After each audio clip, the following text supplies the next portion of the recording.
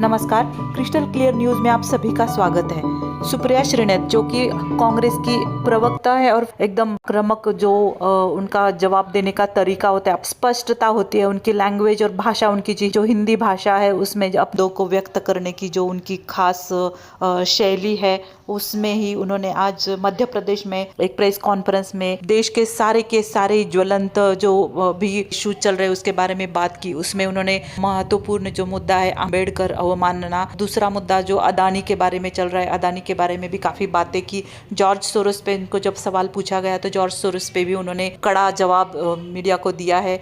बांग्लादेश के इशू पे और प्रियंका जी के बैग पे, पैलेस्टाइन के इशू पे कौन क्या कर रहा है, किस तरह से विदेशी नीति होनी चाहिए, किस तरह से विदेशी नीति होती है और विदेशी नीति की नॉलेज इन सरकार को के कई लोगों को नहीं है, ये भी उनका मानना था। उसके बाद उन्होंने किसान के बारे में भी बात की, संविधान के बारे में भी बात की। हर मंदिर के पीछे एक कहीं मस्जिद तो नहीं है, इस बयान पे या इस जो अभी जो चल रहा है इस धारणा के लिए भी उन्होंने काफ़ी फटकार लगाई है। और उसके बाद इलेक्शन रिजल्ट में जो हेराफेरी की गई उसके बारे में भी उन्होंने बात की। मीडिया के बारे में स्पेशली उन्होंने मीडिया पे भी टीका टिप्पणी की है और उन्होंने फॉरेन पॉलिसी के बारे में भी बोला है। हर एक ज्वलंत मुद्दे पे सुप्रिया श्रीनाथ जी का ये आक्रामक और सटीक जवाब आज मध्य प्रदेश में हमें सुनने को मिला है और बहुत ही शानदार उनका ये भाषण और उनका लहजा और बोलने का स्टाइल और हर एक चीज़ का जवाब देने का तरीका है, वो आप इसको सुनिए और आपको काफ़ी सारे मुद्दे किस तरह से आंसर उन्होंने दिए हैं वो यहाँ आप आगे सुन सकते हैं। सम्मानित मंच, कांग्रेस के सारे वरिष्ठ पदाधिकारी और आप सब लोगों को प्रणाम।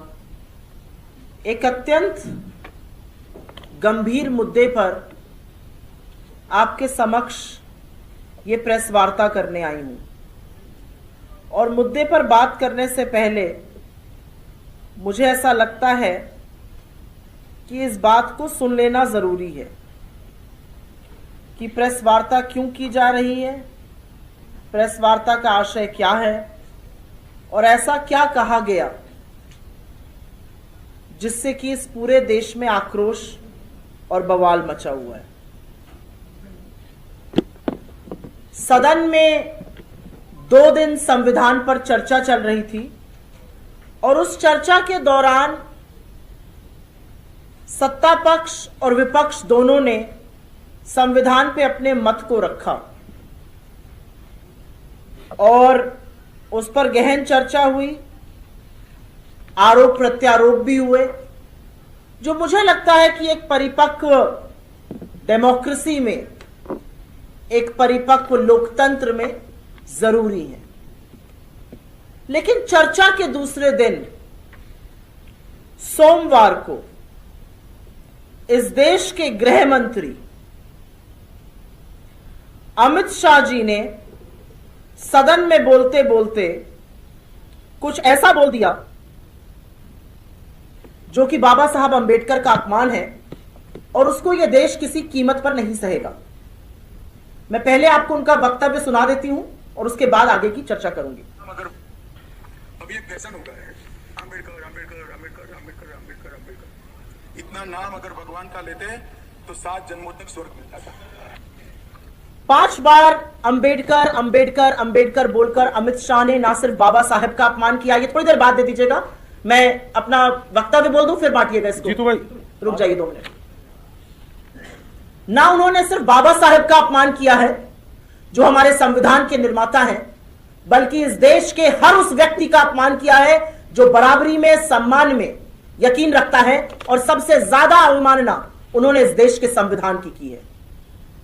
यह अक्षम्य अपराध है, यह घोर अपराध है और इसके लिए अमित शाह को खेद व्यक्त करके माफी मांगनी चाहिए थी। लेकिन बजाय उनके खिलाफ एक्शन लिया जाए, बजाय उनसे माफी मंगवाई जाए, बजाय उनसे इस्तीफा लिया जाए, उनको बर्खास्त किया जाए, पूरा का पूरा तंत्र, पूरी की पूरी मोदी सरकार, खुद नरेंद्र मोदी, उनके साथी मंत्री, उनके सांसद अमित शाह के बचाव में खड़े हैं। आप उस व्यक्ति का बचाव करना चाहते हैं जो बाबा साहब अंबेडकर के खिलाफ इतनी घटिया टिप्पणी कर रहा है। प्रधानमंत्री को बुलाकर अमित शाह को कमरे में उठक बैठक करवानी चाहिए थी और इस्तीफा लेना चाहिए था और प्रधानमंत्री उनके लिए ट्वीट कर रहे हैं। उनके साथी सांसद और मंत्री कूद कूद कर उनका बचाव कर रहे हैं। और यही नहीं, सदन को गिरवी रखा गया, सदन में स्वांग रचा गया, ड्रामेबाजी की गई और सदन की जो गौरवशाली परंपरा और इतिहास है उसको भी तहस नहस किया, क्योंकि अमित शाह को बचाना था। और अमित शाह को किस चीज से बचाना था? बाबा साहब अंबेडकर का जो उन्होंने घोर अपमान किया है उस पर उनको जो सजा मिलनी चाहिए उससे बचाना था।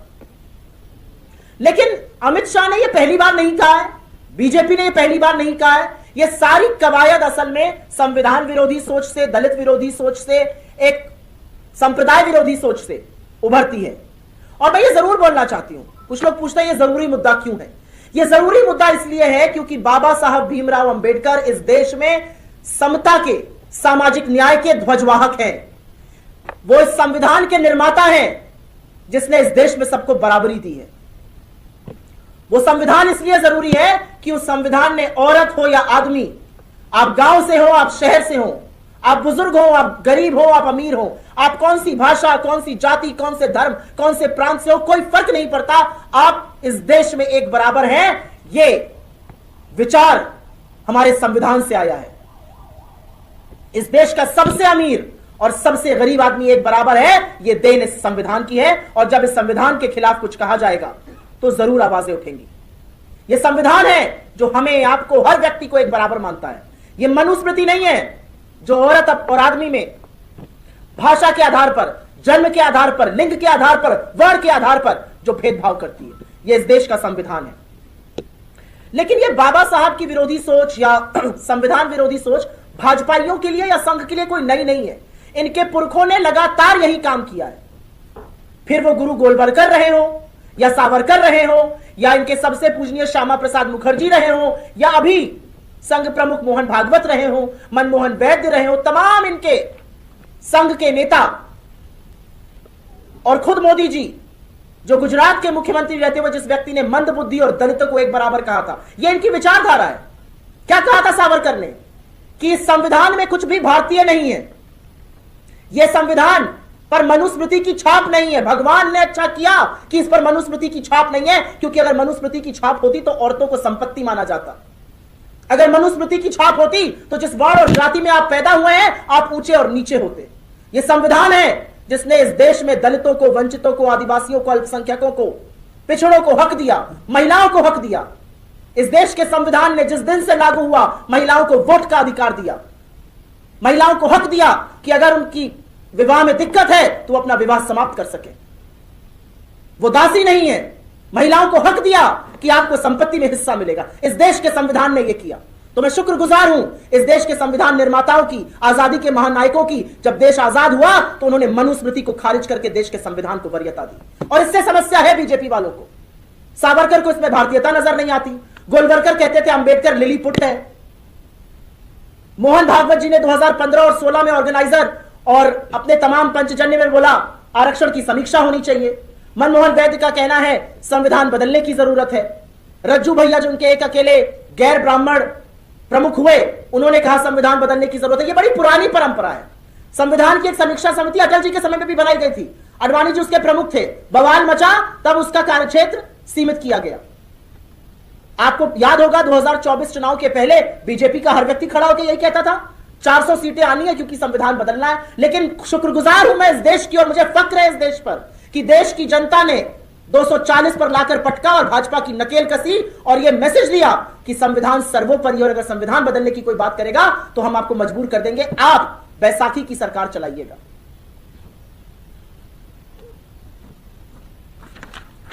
एक बात लेकिन सच है कि इस पूरे मुद्दे ने, इस पूरे वाक्य ने जो संसद के अंदर हुआ, संसद के बाहर हुआ, जो टीवी चैनलों पर देखा, दो तरह की बातें साफ कर दी हैं। कौन संविधान के साथ, कौन बाबा साहब के सम्मान के साथ खड़ा है और कौन संविधान और बाबा साहब के विरोध में खड़ा है। जो भी इसमें अमित शाह का बचाव कर रहे हैं वो बाबा साहब का विरोध कर रहे हैं। यह कहने में मुझे जरा सा भी संशय नहीं है। आपने देखा है कि पूरे के पूरे इंडिया गठबंधन ने एक स्वर में, एक आवाज में पुरजोर तरीके से इस वक्तव्य की निंदा की है और अमित शाह के इस्तीफे की मांग की है। और इसीलिए सवाल बनता है कि भारतीय जनता पार्टी तो मजबूरन अमित शाह को बचा रही है, लेकिन उसमें भी आपको बहुत सारे चीजें दिख रही हैं। बड़े नेता भाजपा के नहीं बोल रहे हैं, भाजपा के कई मुख्यमंत्री इस पर नहीं बोल रहे हैं। उन्होंने अमित शाह के बचाव में कोई वक्तव्य नहीं दिया। कौन बचा रहा है अमित शाह को? फर्जी डिग्री वाला दुबे, जो मंच से बोलते हैं गोली मारो, वो अनुराग जी, जिन्होंने ऐसे घटिया गाने लिखे जो मैं इस मंच से बोल नहीं सकती हूं क्योंकि नारी अपमान के गाने हैं, भोजपुरी जो मेरी मातृभाषा उसको मटिया मेट करने का काम किया, मनोज तिवारी जैसे लोग। क्यों नहीं योगी आदित्यनाथ बोल रहे हैं कुछ? क्यों नहीं बड़े बड़े बीजेपी के नेता कुछ बोल रहे हैं? अमित शाह का बचाव क्यों नहीं कर रहे हैं? क्योंकि उनको पता है कि अमित शाह ने अक्षम्य अपराध किया है। लेकिन सवाल आज इस मंच से यह भी है कि जो बीजेपी के घटक दल है, चाहे वो टीडीपी हो चाहे वो जदयू हो, जो कहती है कि हम सामाजिक न्याय की बात करते हैं, आप चुप क्यों हैं? अगर आप सामाजिक न्याय की बात करते हैं तो आप बाबा साहब के अपमान पर चुप कैसे रह सकते हैं? यह सवाल तो पूछा जाएगा और आपको इसका जवाब भी देना पड़ेगा। लेकिन यह भी सच है कि संविधान विरोधी काम लगातार इस सरकार ने किया है, चाहे वो लैटरल एंट्री से आरक्षण की अवमानना हो, चाहे वो चलते हुए सदन में जबरन अध्यादेश से कानून पास कराना हो, चाहे वो अपने विपक्षियों के यहां ईडी सीबीआई भेजकर उनके जो लोकतांत्रिक हक है उसका हनन हो, चाहे वो चुने हुए सांसदों, नेता प्रतिपक्ष राज्यसभा और लोकसभा में उनके माइक बंद कर देना हो, जब वो बोले तो स्पीकर को दिखाना हो। ये तमाम चीजें क्या है? ये इस संविधान को दुर्बल करती है, इस संविधान को कमजोर करती है। ये बाबा साहेब के जो संविधान है उसकी आत्मा जो निहित है उसमें, उसके खिलाफ है। और मैं तो इस मंच से कहती हूं, मोदी जी कह रहे हैं ना कि मैं बहुत सम्मान करता हूं बाबा साहेब का, अमित शाह भी कह रहे हैं जब पकड़ लिए गए। आप इतना सम्मान करते हैं बाबा साहेब का तो कराइए इस देश में जातिगत जनगणना, जिसकी मांग लगातार कांग्रेस पार्टी कर रही है, जिसकी मांग लगातार राहुल गांधी कर रहे हैं, मल्लिकार्जुन खड़गे कर रहे हैं। कराइए जातिगत जनगणना। और हमने तो जनता से वादा किया है कि आरक्षण की लिमिट को हम हटाएंगे। आप हटा सकते हैं?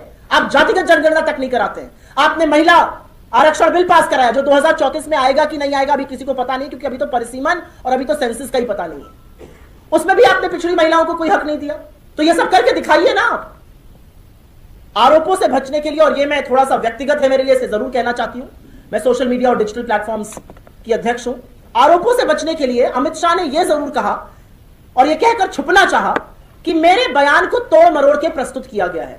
मैं आपके साथ मीडिया विभाग के माध्यम से उनकी जो 34 पन्ने की राज्यसभा की अनएडिटेड स्पीच है, जो राज्यसभा की वेबसाइट से मैंने ली है, वो दे दूंगी 344 नंबर पन्ने पर, क्योंकि लगातार लोगों के उसमें भाषण आ रहे थे। 344 नंबर पन्ने पर सेकंड लास्ट पैराग्राफ पढ़ लीजिएगा, यही शब्द है, मान्यवर आजकल नया फैशन है, अंबेडकर अंबेडकर अंबेडकर, अगर इतना नाम भगवान का ले लेते तो स्वर्ग मिल जाता। ये उनकी अनएडिटेड स्पीच जो मैंने राज्यसभा से ली है, वहां का वक्तव्य मैं आपको दे रही हूं। और ये वहां पर नहीं रुके, इन्होंने ट्विटर और ऐसे सोशल मीडिया प्लेटफॉर्म्स को चिट्ठी लिख के कहा इस वीडियो को हटाया जाए, लेकिन क्योंकि उस वीडियो में किसी कानून का हमने उल्लंघन नहीं किया, वो वीडियो नहीं हटाए गए। लेकिन ये दिखाता है इनकी बौखलाहट, ये दिखाता है इनकी छटपटाहट। लेकिन ये भूल गए कि इनकी गीदड़ धमकियों से हम कतई डरने वाले नहीं है। ये कोई भी स्वांग सदन में रचे या उसके बाहर रचे, हम मुस्तैदी से खड़े होकर इनके खिलाफ और बाबा साहब के सम्मान में बड़ी लड़ाई लड़ने को तैयार हैं। लेकिन एक बात और है कि ये जो घृणित सोच हमें सदन में सुनाई दी, उसका कहीं ना कहीं असर भी देश में दिख रहा है। तमाम जगहों से खबरें आती कि बाबा साहब अंबेडकर की मूर्ति को खंडित कर दिया गया, कहीं सर तोड़ दिया जाता है, कहीं धड़ तोड़ दिया जाता है। अभी आज अहमदाबाद से खबर आई है कि बाबा साहब की मूर्ति को खंडित किया गया। महाराष्ट्र के परबड़ी में मूर्ति भी खंडित हुई, वहां पर वायलेंस भी हुआ, हिंसा भी हुई, अराजकता भी हुई, और आज राहुल गांधी वहां पर पीड़ित परिवारों से मिलने पहुंचे। इसका जिम्मेदार कौन है? इसका जिम्मेदार यही घृणित, यही नफरती, यही संविधान विरोधी, बाबा साहब विरोधी, दलित विरोधी सोच है। मैं अपनी मांग इस मंच से दोबारा से दोहराऊंगी। यह मांग कांग्रेस पार्टी की है, यह इंडिया गठबंधन की है, यह हमारे अध्यक्ष की है, मेरे नेता राहुल गांधी की है। अमित शाह माफी मांगे और अमित शाह इस्तीफा दें। ऐसा व्यक्ति जो संविधान निर्माता की इज्जत और सम्मान नहीं कर सकता, वो एक संवैधानिक पद पर नहीं बैठ सकता है। इसको कहने में मुझे ना कोई संशय है ना कोई आपत्ति है, क्योंकि बाबा साहब का यह अपमान हिंदुस्तान किसी सूरत में नहीं सहेगा। आपके सवालों का स्वागत है, अगर इस पर सवाल केंद्रित रहे तो बहुत अनुग्रहित रहूंगी।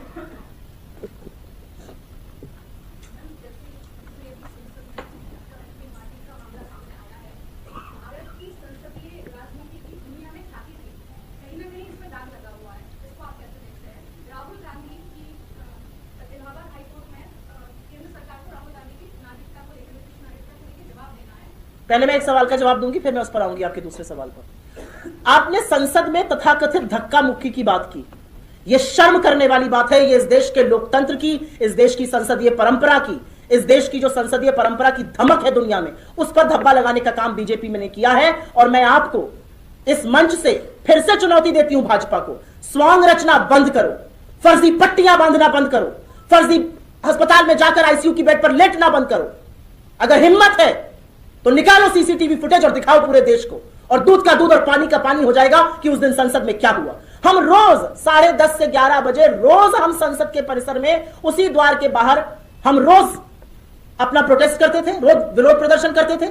एक दिन किसी को जाने में बाधा नहीं हुई, एक दिन कहीं हिंसा नहीं भड़की, एक दिन कोई किसी से नहीं भिड़ा। पहले दिन भाजपा ने, पहले दिन भारतीय जनता पार्टी ने प्रदर्शन किया और हिंसा भड़क गई और धक्का मुक्की हो गई और तथाकथित लोग घायल हो गए। कौन जवाब देगा इस बात का कि 84 वर्ष के कांग्रेस के वयोवृद्ध हमारे अध्यक्ष जो दलित समाज से आते हैं, उनको आपने ऐसा धक्का मारा क्योंकि उस घुटने पे चोट आई जिसका ऑपरेशन हुआ है। कौन जवाब इस बात का देगा कि वर्षा गायकवाड़ जो हमारी दलित सांसद है मुंबई से, या सुधा जी जो हमारी तमिलनाडु से सांसद है, या तमाम महिला सांसद इंक्लूडिंग प्रियंका गांधी जी के साथ आपने जोर जबरदस्ती की? कौन जवाब इस बात का देगा? इस सब बातों का एक जवाब है और उस जवाब में मुझे यह कहना है, सीसीटीवी फुटेज निकालो और दिखाओ देश को। और अगर सीसीटीवी फुटेज में कुछ आता है तो आप माफी मांगिए, लेकिन सीसीटीवी फुटेज इसलिए नहीं दिखाई जाएगी क्योंकि उसमें भाजपा की गुंडागर्दी, भाजपा की दबंगई, भाजपा का झूठ है। पूरा संसद में सीसीटीवी का जाल बिछा हुआ है। एक परिंदा फड़ नहीं मार सकता बिना सीसीटीवी में कैद हुए। क्यों नहीं आप सीसीटीवी की फुटेज निकालते हैं? ऐसा ही 2 हफ्ते पहले हुआ था, राज्यसभा में बैठ के कुछ नोट की गड्डी पे बोल दिया गया, दिखाते सीसीटीवी फुटेज। राज्यसभा का कोई ऐसा कोना नहीं है जहां पर सीसीटीवी फुटेज नहीं है। क्यों आप नहीं निकाल रहे? निकालिए फुटेज, दूध का दूध पानी का पानी करिए। लेकिन एक बात मैं आपको और बता दूं, अगर बाबा साहब के अपमान में हमें लाठी डंडे भी खाने पड़े तो हम खाएंगे। हम कांग्रेस पार्टी के लोग हैं, हमने इस देश की आजादी के लिए गोलियां खाई हैं, इनसे हम डरने वाले नहीं हैं। इस पर कोई और सवाल है? फिर मैं आपके पास बांग्लादेश पे आऊंगी।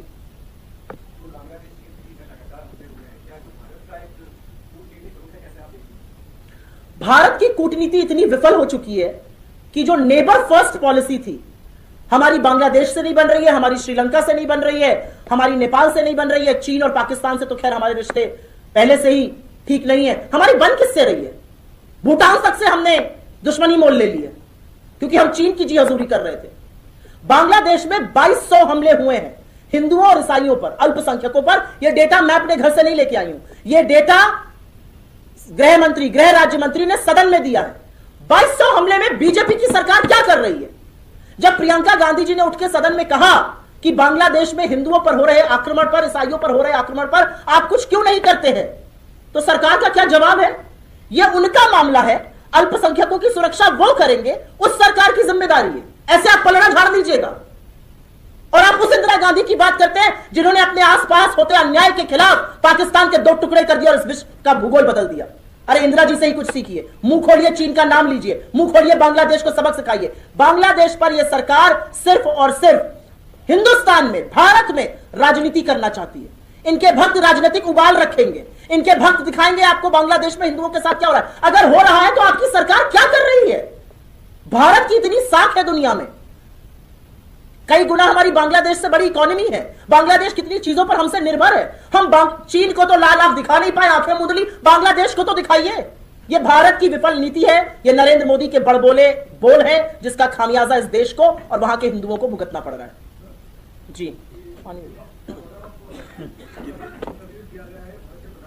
सॉरी,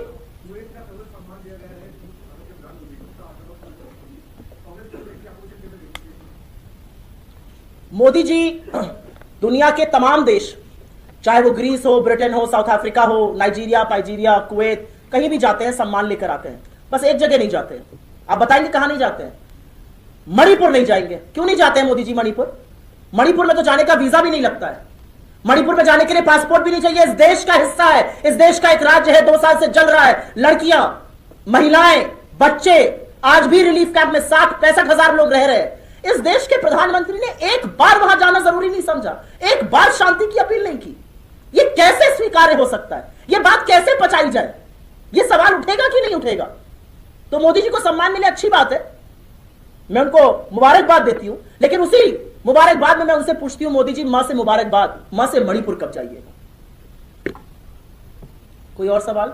जी 25 तारीख को 25 दिसंबर को माननीय नरेंद्र मोदी जी खजुराहो में केंद्र लिफ्ट परियोजना का शिलान्यास करने जा रहे हैं, जिससे वहां के किसानों को क्या लाभ होगा और आपके कांग्रेस कार्य को किस दिशा में देखती है? मैं किसानों की, क्योंकि आपने बात छेड़ दी, तो यह स्थानीय मुद्दा है, किसानों को क्या लाभ होगा या क्या नहीं होगा या उनको क्या नुकसान हुआ है, उसका जवाब आपको मिल जाएगा। लेकिन किसानों की बात ना बीजेपी को जोड़ के मत करिएगा, आप भी ये पाप करना बंद कर दीजिए। इस देश में एक किसान 28 दिनों से आमरण अनशन पे है, उनके अंग फेल हो रहे हैं, डडलीवाल।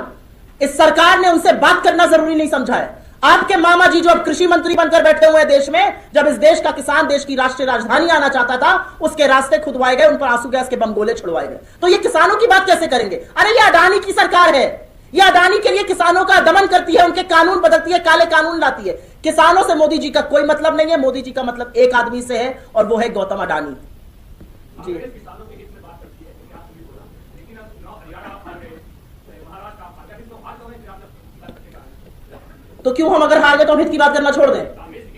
मेरा अपना मानना है कि चुनाव जीते और चुनाव हारे बहुत सारे कारणों के साथ आते हैं, एक अकेला कारण नहीं होता है। और जिस तरह के नंबर्स, जिस तरह के वाक्य, जिस तरह के बार बार नियम बदलने के, वोट प्रतिशत बदलने के मामले सामने आए हैं, मुझे लगता है कि उन दोनों जो वर्डिक्ट है, जो नतीजे हैं, उस पर बहुत बड़ा प्रश्न चिन्ह है। अभी फ्राइडे इवनिंग को 20 दिसंबर की शाम को सरकार ने चुनाव संचालन नियम बदल दिए। क्यों बदल दिए? अब अगर देश का कोई व्यक्ति चाहे तो वो चुनाव संबंधित कोई भी कागजात नहीं देख सकता, जैसा कि पहले वो कर सकता था। क्यों? क्या छुपाना चाहते हैं आप? क्यों आपको पारदर्शिता से परहेज है? अगर लोकतंत्र में जनता अपने चुनाव के कागज नहीं देख सकती है तो फिर लोकतंत्र किस बात का है? और अगर आपको यह निर्णय लेना था तो इतना छुप कर, इतना दुबक कर क्यों लिया गया? क्या आपको इस पर एक राष्ट्रव्यापी चर्चा नहीं करनी चाहिए थी? क्या आपको बाकी दलों को नहीं बुलाना चाहिए था? क्या छुपाने की कोशिश की जा रही है? जो भी गुप्त है वो गोपनीय है, मैं पूछना चाहती हूं। और ऐसे वक्त पर जब चुनाव आयोग की साख पर इतना बड़ा सवाल उठा हुआ है, चाहे वो वोटिंग परसेंटेज हो, चाहे वो वोटिंग लिस्ट में लोगों का नाम घटाने की बात हो, चाहे वो पारदर्शिता पर चुनाव आयोग का बिल्कुल पक्षपातपूर्ण रवैया हो, ऐसे में आपने क्यों बदल दिए कानून? तो मैं तो आपकी बात का जवाब ये कह के दूंगी कि मुझे तो बहुत अस्वीकार्य है रिजल्ट एट बहुत सारे लेवल पर। लेकिन कोई भी चुनाव एक मुद्दे से न जीतते हैं न हारते हैं। ऐसे कह के फिर तो हम झारखंड में जीत गए तो क्या वहां का किसान हमारी बात मान गया? चुनाव में बहुत सारे मुद्दे होते हैं, लेकिन जिन दो जगहों की आपने समीक्षा करने मुझे बोलने को करी, मुझे नहीं लगता कि मुझे वो रिजल्ट स्वीकार्य है। क्योंकि आप जैसे प्रबुद्ध पत्रकार वहां गए थे, वो तो कुछ और कह रहे थे, हमारा फीडबैक कुछ और था, पूरी तरह से चुनाव अलग लग रहा था। और जब नतीजा ऐसा आता है तो समझ में नहीं आती कुछ बातें। इस देश में जितने वोट पड़ रहे हैं उससे ज्यादा गिने कैसे जा रहे हैं? ये सारी बातें तो पूछी जाएंगी ना चुनाव आयोग से। और क्योंकि आप पूछे तो आपके अधिकार को ही खत्म कर दिया गया। ना रहेगा बांस, ना बजेगी बांसुरी। अब आप कागज भी नहीं ले सकते हैं जो आप पहले ले सकते थे। Let him just come, I'll come to you.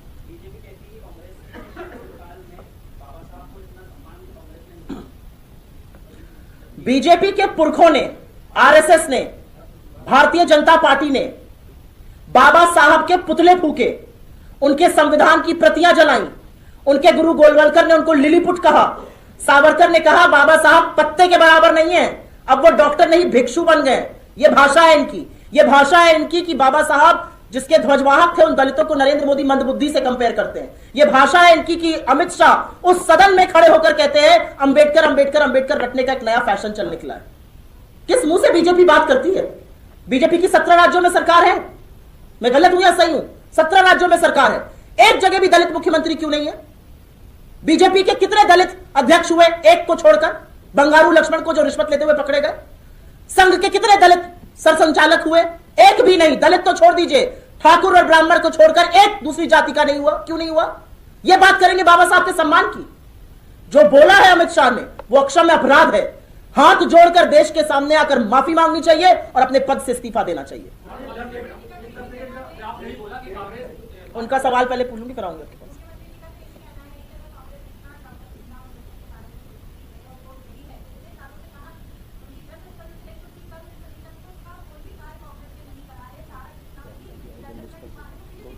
10 साल से आप झुंझुना बजा रहे हैं बैठकर दिल्ली में। नरेंद्र मोदी को झुंझुना बजाने के लिए प्रधानमंत्री बनाया गया है। लगातार कास्ट सेंसस की डिमांड हो रही है, किसका भला होगा? क्यों नहीं जातिगत जनगणना कराते? क्यों उससे मुंह मोड़ रहे हैं? क्यों संविधान को बदलने की बात करते हैं? क्यों नहीं कहते कि आप 50% आरक्षण की लिमिट को खत्म कीजिएगा? बीजेपी की जलेबी कुछ लोगों को स्वीकार्य होगी, हमें बिल्कुल स्वीकार्य नहीं है। पहले जिन्होंने सवाल नहीं पूछा उनसे पूछिए। संजय जी,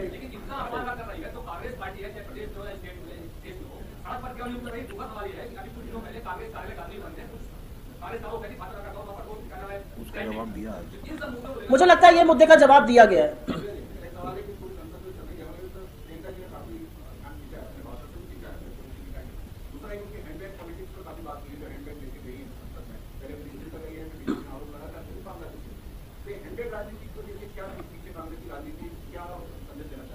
ये महिला मेरे सामने बैठी हैं, एक महिला उस पंक्ति में बैठी है, एक बीच में बैठी है, एक उनसे पीछे बैठी है। ये कौन सा हैंडबैग लेकर चलेंगी, इसका निर्णय भाजपा नहीं करेगी, इसका निर्णय कोई पुरुष नहीं करेगा, इसका निर्णय वो खुद करेंगी कि वो कौन सा हैंडबैग लेकर चलेंगी। ये जो पेट्रियार्कल मनुस्मृति का माइंडसेट है ना बीजेपी का, कि आप क्या पहनेंगे, क्या खाएंगे, किससे मोहब्बत करेंगे, किससे विवाह रचाएंगे, कहां रहेंगे, किसको पूजेंगे, ये पुरुष डिसाइड करेंगे, ये नहीं होगा।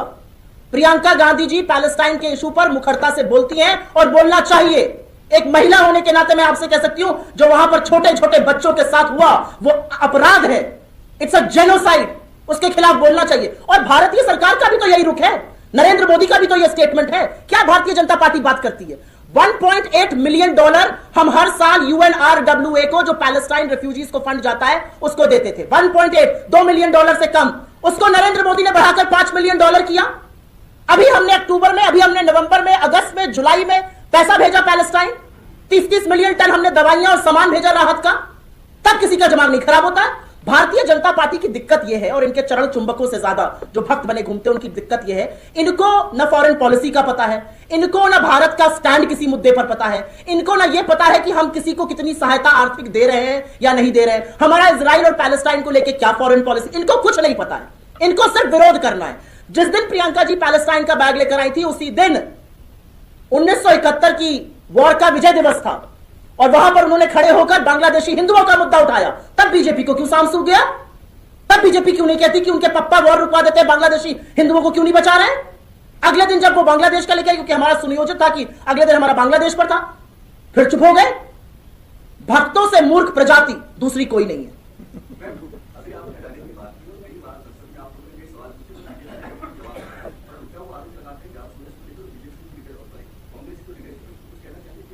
कौन है जॉर्ज सोरोस? कौन है जॉर्ज सोरोस? किसके बाप को फर्क पड़ रहा है जॉर्ज सोरोस क्या कर रहा है अमेरिका में? 142 करोड़ के इस देश के लोकतंत्र में एक 96 साल के बुढ़ऊ उसको खत्म कर देंगे, और बीजेपी ये बोल रही है, और इस बात को टीवी डिबेट्स में और कुछ कुछ अखबारों में छापा जा रहा है। एक 96 साल का, मतलब बुढ़ऊ ही कहूंगी, हमारे यहां तो ऐसे बोला जाता है, अमेरिका में बैठे हुए एक बुढ़ऊ हमारे लोकतंत्र को समाप्त कर देंगे। ये बात भी पचती है आप जैसे मूर्धन्य पत्रकारों को? मुझे तो नहीं लगता पचती होगी। अडानी से बचना है तो जॉर्ज सोरोस का नाम लेना है। इनकी कुछ मानसिकता देखिए आप। इन्होंने अगले दिन, हमने बाबा साहब अंबेडकर की फोटो पकड़ के प्रदर्शन किया, इनके ट्विटर हैंडल ने रात को 10:45 पर उस पूरी फोटो को एडिट किया, बाबा साहब की फोटो हटाई और उस पर जॉर्ज सोरोस की फोटो लगाई। आप जॉर्ज सोरोस को भारत विरोधी कहते हैं, तो क्या आप बाबा साहब को इतनी आसानी से किसी भारत विरोधी व्यक्ति से रिप्लेस कर देते हैं? यह आपकी मानसिकता दिखाता है कि आप भारत विरोधी लोगों के साथ खड़े हैं, आप संविधान को भी ऐसे ही रिप्लेस करना चाहते हैं। कौन है जॉर्ज सोरोस? क्या फर्क पड़ता है जॉर्ज सोरोस को? फर्क पड़ता है हिंदुस्तान की बेरोजगारी से, महंगाई से, आर्थिक असमानता से। हमें पड़ता है, आपको पड़ता है, इस देश के सरकार को पड़ना चाहिए, वो नहीं पड़ता है फर्क। क्या जॉर्ज सोरोस ये करते हैं? अडानी पर क्यों नहीं बोलते? आप मुझे एक बात बताइए, एक आदमी है इस देश में, वो कारोबारी है, नरेंद्र मोदी का परम मित्र है, वो तोता है जिसमें राजा की जान बसती है, उसके खिलाफ अमेरिका की सरकार ने वारंट इशू किए हैं। डिपार्टमेंट ऑफ ज्यूरी की, जस्टिस की ग्रैंड ज्यूरी ने 2 साल जांच करने के बाद, और जांच कोई लप्पू झिन्नों ने नहीं करी है, जांच करी है FBI और SEC, जो उनके यहां की सेबी होती है, मार्केट रेगुलेटर होती है, और उस जांच के बाद पाया गया कि इस व्यक्ति ने हेराफेरी करी है, जालसाजी करी है, और हिंदुस्तान में अमेरिका के पैसे को लाकर घूस दी है। उस व्यक्ति की जांच मोदी सरकार नहीं करना चाहती है, जिस व्यक्ति के खिलाफ श्रीलंका जांच कर रहा है, जिस व्यक्ति के खिलाफ बांग्लादेश का कोर्ट जांच कर रहा है, जो इजराइल में प्रोटेस्ट विरोध हो रहा है, जिसके खिलाफ ऑस्ट्रेलिया में विरोध प्रदर्शन हो रहा है, जिसकी स्विट्जरलैंड ने अकाउंट्स फ्रीज कर दिए हैं, उसकी जांच नहीं करना चाहती है मोदी सरकार। जिस इंसान के खिलाफ वारंट इशू हुआ है, और उस वारंट इशू होने से एक व्यक्ति पर फर्क नहीं पड़ रहा ना, पूरा हमारे कारोबार जगत पे, हमारे rule of law and order पे, हमारे मार्केट पे फर्क पड़ रहा है। और बीजेपी अडानी जी को बचाने के लिए खड़ी है।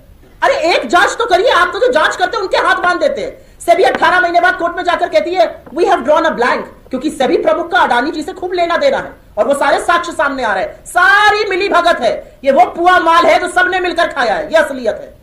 DRI, department of revenue intelligence ने बोला ये कोयला महंगे दाम पर लाए थे, और इन्होंने हिंदुस्तान के लोगों से बिजली का दाम बढ़ाया।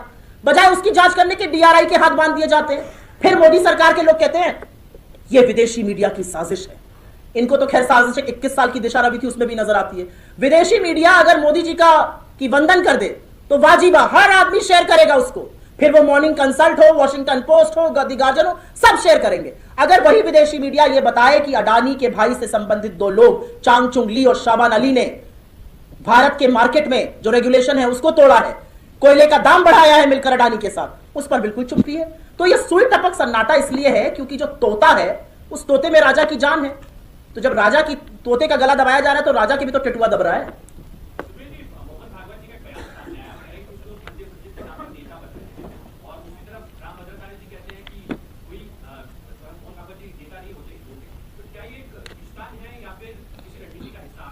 आपको क्या लगता है? मुझे ऐसा लगता है मोहन भागवत और BJP good cop bad cop खेल रही है। यह सारा बवाल इसलिए हो रहा है क्योंकि इस देश में एक कानून है, प्लेसेस ऑफ वर्शिप एक्ट 1991, जो कहता है कि राम जन्मभूमि को छोड़कर बाकी जो भी धर्मस्थल 15 अगस्त 1947 पर जैसे थे वो वैसे रहें। और उसको कहने का एक कारण है, क्योंकि कल को कोई कहेगा इस मस्जिद के नीचे मंदिर है, दूसरा कहेगा मंदिर के नीचे बौद्ध गुफा है, तीसरा कहेगा मंदिर के नीचे जैन मंदिर है, तब क्या करिएगा? सारा देश खोदते रहिएगा। रूस वैक्सीन बना रहा है, हम खुदाई कर रहे हैं। यह असलियत है इस देश की आज की तारीख में। और सिर्फ खुदाई नहीं कर रहे हैं, उस खुदाई में सारे देश को बांझा हुआ है, सारे देश को बरगलाया हुआ है। कौन बात करे रोजगार की, कौन बात करे महंगाई की, आर्थिक असमानता की, इसी में लगाए रहो। पर वो खुदाई आपके और मेरे बच्चे कर रहे हैं। वो खुदाई बीजेपी नेताओं के बच्चे नहीं कर रहे, क्योंकि बीजेपी नेता का बच्चा तो बॉस्टन और न्यूयॉर्क में पढ़ रहा है, लंदन में पढ़ रहा है, सिंगापुर में पढ़ रहा है। दरी आप बिछाएंगे, भाई आपसे मेरा मतलब है देश की जनता, दरी आप बिछाइएगा उनके कार्यक्रम में, बच्चे आपके धर्म रक्षक बनेंगे, इनके बच्चे बड़ी बड़ी कंपनियों में काम करेंगे और फिर पैराशूट होकर आएंगे, उनको टिकट मिल जाएगा, वो मंत्री बन जाएंगे। यह इनका प्रचलन है। तो 1947 के जो जैसा था वैसा रहे। इस कानून को पारित हुए 1991 में पारित हुआ, तब बीजेपी भी सदन का हिस्सा थी। उसके बाद 99 से 2004 तक अटल जी की सरकार रही, यह कानून रहा। 2014 से 2024 और अब तो 24 खत्म हो गया, हम 25 के मुहाने पर हैं, मोदी जी की सरकार रही। अब बैसाखियों पर है, इसके पहले तो प्रचंड बहुमत था। इस कानून को नहीं बदला गया, मतलब सरकार को इस कानून से कोई आपत्ति नहीं है। लेकिन 2-4 लोग खुदाई कर करके इस देश में उन्माद और उबाल का माहौल रखना चाहते हैं। और इसलिए रखना चाहते हैं क्योंकि आपके जो संगी साथी नोएडा में कमांडो वॉरियर एंकर है, वो कैसे पूछेंगे कि इस मस्जिद के नीचे कौन सा मंदिर छुपा है? आधों को तो देखकर मुझे लगता है हिंदू सनातन संस्कृति ही नहीं पता है। अगर आपके घर के मंदिर में या किसी भी मंदिर में इतनी सी भी मूर्ति खंडित हो जाए तो फिर वो देवता पूजा नहीं जाता है, उसको प्रवाहित किया जाता है। गांव शहर देहात जहां चले जाइए ये प्रचलन है। ये खंडित मूर्तियां निकाल के उसको पेंट कर रही है, हिंदू संस्कृति के ध्वजवाहक बने घूम रहे हैं। तो मोहन भागवत जी ने जो कहा है उसको दो तरह से देखा जा सकता है। वो योगी जी को कह रहे हैं कि मोदी जी को कह रहे हैं, पहले तो ये भी थोड़ा स्पष्ट हो। क्या वो सरकार को कह रहे हैं कि आपके लोग आपके इशारों पर ये कर रहे हैं, कानून व्यवस्था खराब हो रही है, या वो सिर्फ गुड कॉप बन रहे हैं और सरकार को पूरी छूट पूरा लाइसेंस दे रहे हैं अराजकता फैलाने के लिए? अब तो सुप्रीम कोर्ट ने मोदी सरकार को बोल दिया 4 हफ्ते के अंदर आपका क्या मत है इस पर वो स्पष्ट कीजिए। देखते हैं सरकार क्या बोलती है।